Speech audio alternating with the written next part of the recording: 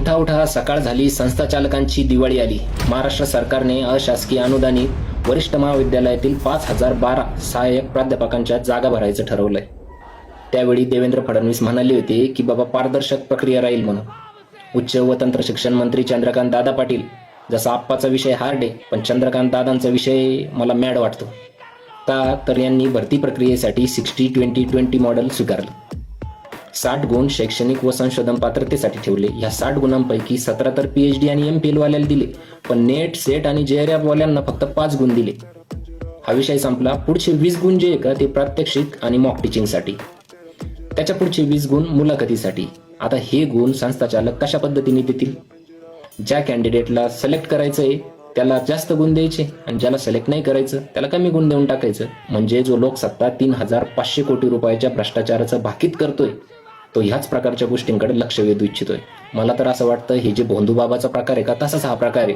फक्त कुठलाही शिक्षक समोर येऊन सांगणार नाही की बाबा मी पैसे दिले म्हणून, नाहीतर ह्या अशा चर्चा सर्रास चालू असत्या. कित्येक आमचे मित्र पण. तर याला पर्याय काय?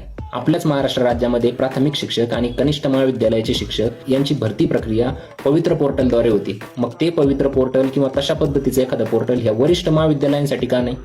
तेव्हा पण मुंबई उच्च न्यायालयाने यांची कानउघडणी केली होती, मग ती पद्धत लागू केली होती. आता ह्या पद्धतीसाठी पण छत्रपती संभाजीनगर खंडपीठाचा निर्णय होता की गुजरात सरकारचं जे पोर्टल आहे का तशा पद्धतीचं त्या धर्तीवरती एक ह्या प्राध्यापकांच्या भरतीसाठी एक प्रक्रिया तयार करा म्हणून. पण त्या गोष्टीला दुर्लक्षित करून काही ठिकाणी तर 60-20-20 ने भरती केल्या जाते. हा मग कोर्टाच्या निकालाचा अवमान नाहीये का? शिक्षक निवडीमध्ये जर पारदर्शकता नसेल, विद्यार्थ्यांचं भवितव्य अंधारात नाही जाणार का? अशा पद्धतीमुळे शिक्षण व्यवस्था ही भविष्यात ज्ञानापासून वानजुटी झालेली दिसत. त्यामुळे कुठंतरी मर्यादा पाळायला पाहिजे.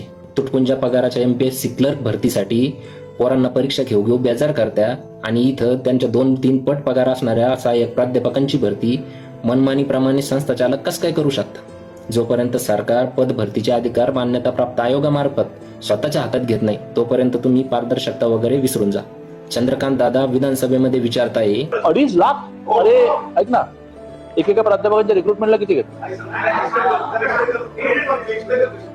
तो ऑफ द रेकॉर्ड विषय झाला नाही. मुद्दा असा आहे म्हणून ही भरती पवित्र पोर्टलनुसारच झाली पाहिजे. विद्यार्थ्यांच्या भवितव्याचा प्रश्न आहे. मेहनती, स्किल्ड, गोरगरिबाचं पोरग ह्या पद्धतीमुळे तर प्राध्यापक होऊ शकणार नाही. व्हिडिओ बघणाऱ्या सर्वांना सांगतो ह्या अशा गोष्टींना न्याय मिळाला पाहिजे. हा तुमच्या मुलांच्या भवितव्याचा प्रश्न आहे. व्यवस्थित प्राध्यापक असणे ही काळाची गरज आहे. जय हिंद.